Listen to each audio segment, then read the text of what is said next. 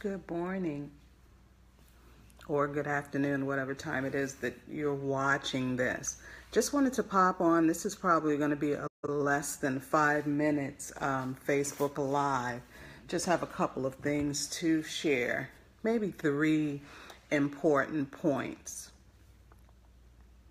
about marriage. Yes, about marriage. It's just been on my heart so much, just marriage. And those who know me know that coming up in January of 2018 will make 10 years that my husband and I were married. I've been teaching on marriage and relationships. And I went through a period of maybe 4 or 5 years when I was posting relationship tips to my I went about 4 or 5 years when I was posting a relationship tip every single day to my timeline. So if you are friends with me on Facebook and not just my fan page, you want to probably go past the promotional stuff on my page, and then going further down, you'll start seeing like a relationship tip every day. I pray that those things bless you. I see where it comes up in people's timeline. Yeah, I'm excited too. 10 years. It comes up in people's timeline, and I find that they are sharing the tips. So I'm just thankful for that. I mean, I woke up faithfully even after I was married, and I was still sharing and posting tips based on what I know or knew as a single person and what I know now as a married person. So here's the thing. I've been praying consistently for a few friends, like 4 or 5 for marriage, just praying that they get breakthrough. And I'm just decreeing breakthrough on all the single ladies who are watching this, whether you've never been married, whether you've been divorced, whatever the case may be.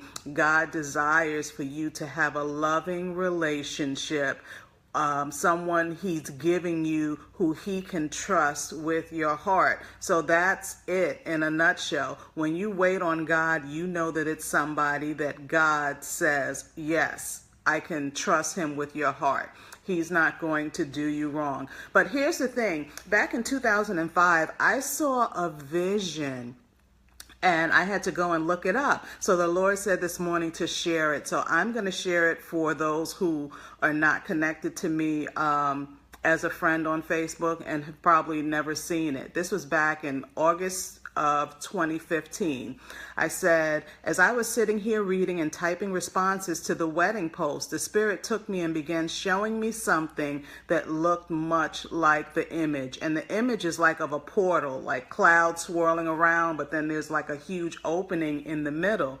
As I saw it, I began to see bridal bouquets coming down out of it. When I looked closer, the flowers on the bouquets were on fire, but the flowers never scorched. The Lord said, not only am I sending covenants, I am sending anointed covenants on fire for me. And here's what he said to share. He said, go forth with the word I am giving you. My people need to be ready for their covenant assignments.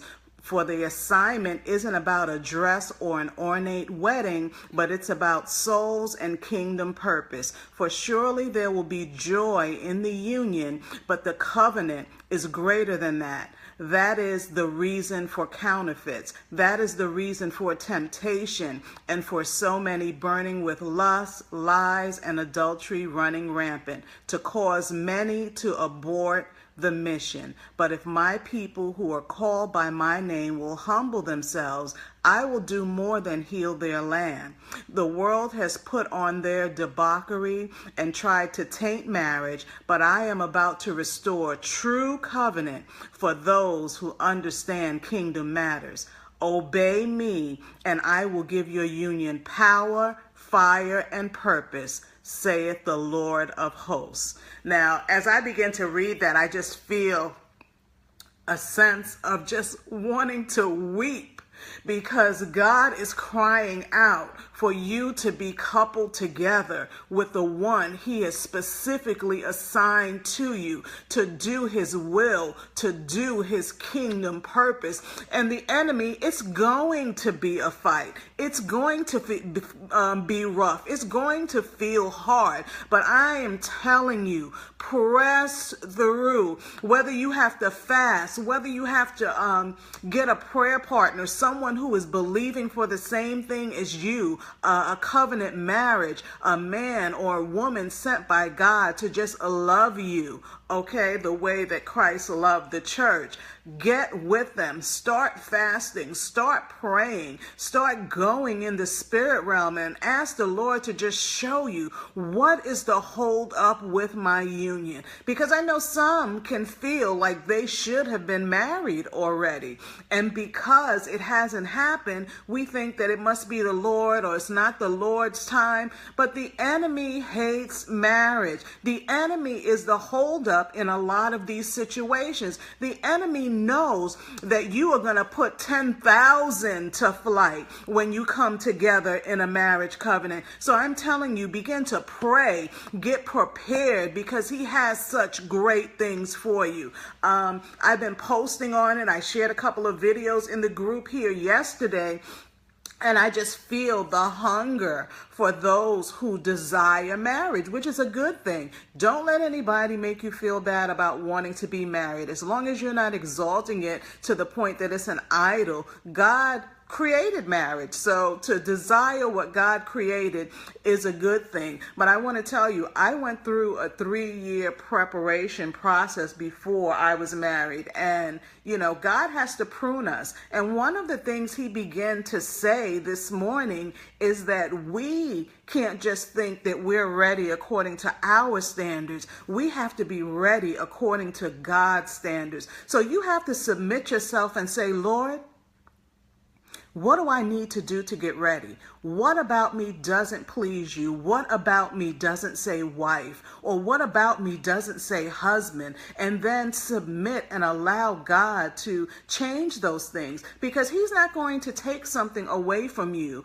or prune something in you if you love it, if you love having it, if you love being prideful, if you love getting the last word, if you love just whatever things don't please him. You have to say, Lord, take this from me. Show me how to stop being prideful. Show me how to stop being selfish. Show me how to stop needing to get the last word. Show me how to stop being offended about everything, because I'm telling you, there's some things in marriage that are going to offend you. You can love a person and they can still do things that offend you. So Lord, how do I stop being so sensitive? Okay. And here's the thing. That's one of the reasons also why I know God said to do the Soul Wounds webinar.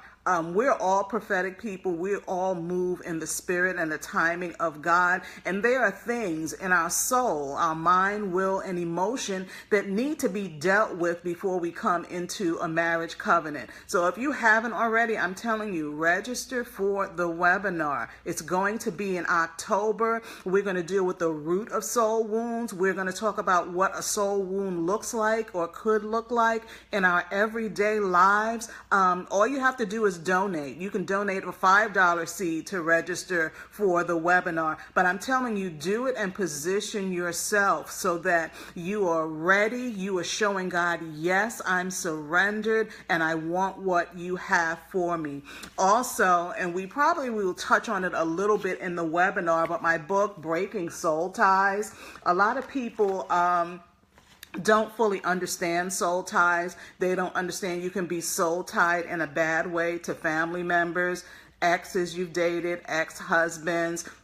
If we have someone in our life or an ex-spouse that is now deceased, if we haven't properly mourned, we can still be tied to that person in the spirit realm. And we have to break those things, because God is not going to bring someone into your life if your life isn't fertile for that love of the two of you coming together to grow. So you want to make sure that your life is fertile ground for what you are asking for. Surrender to God, let him prune you.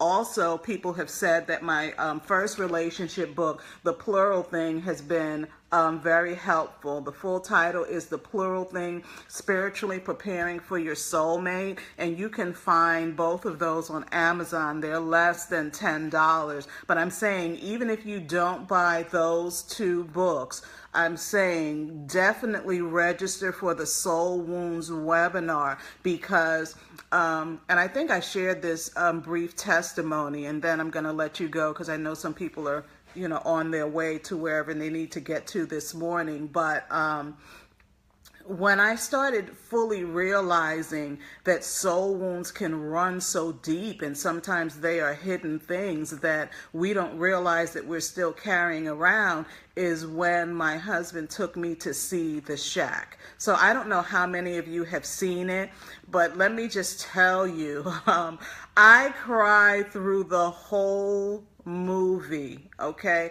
I cried so bad that we had to go back and see it a second time, because we didn't fully grasp the first time, because my husband was just, consoling me from being so distraught.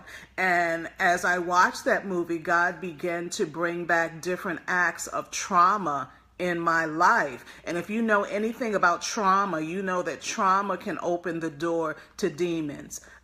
Trauma is like a wound. So just like infection comes on the wound if it's not treated right, the same thing with traumas that we experience in life. If you've experienced trauma, begin to submit to God to heal those things. But we'll be talking about that and more on the Soul Wounds webinar. So I hope this has been helpful. Again, sign up for the webinar, purchase The Plural Thing if you haven't already. I know some people who are preparing for marriage who said they're on their third or fourth reading of the book, and they leave it on their nightstand next to their Bible.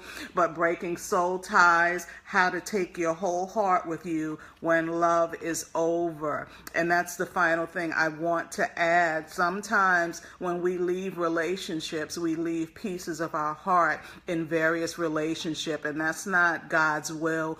He needs you to take your whole heart out of that relationship so that you are presenting your whole self to the one who is interested, to the one who God has positioned before you, and to the one that the Lord desires to walk with you in marriage. Okay? So I just bless each and every one of you. I pray that the Lord would just begin to show you different areas where you need healing, you need his love to just cover you, and forgive yourself if there are instances of things that you've done in your past, behavior, thought processes. Just allow God to just permeate your thought process. Do not let the accuser of the brethren use your unforgiveness of self against you, because that can be a barrier for marriage and keeping your marriage away from you as well. So I bless you in the name of the Lord. I thank each and every one of you for your time as always, and just being here and part of the Remnant family. So Calvin will be popping on probably sometime this weekend. It should have been earlier this week, but he's got a lot on his plate, and he will be sharing some news that would probably be most beneficial for the men. But ladies, get ready. God has not forgotten you. He doesn't care if you're 30, 40, 50, or even 60. He has someone for you. And if you desire marriage, which is a good thing, God's going to give it to you. Trust and believe. Bless you all.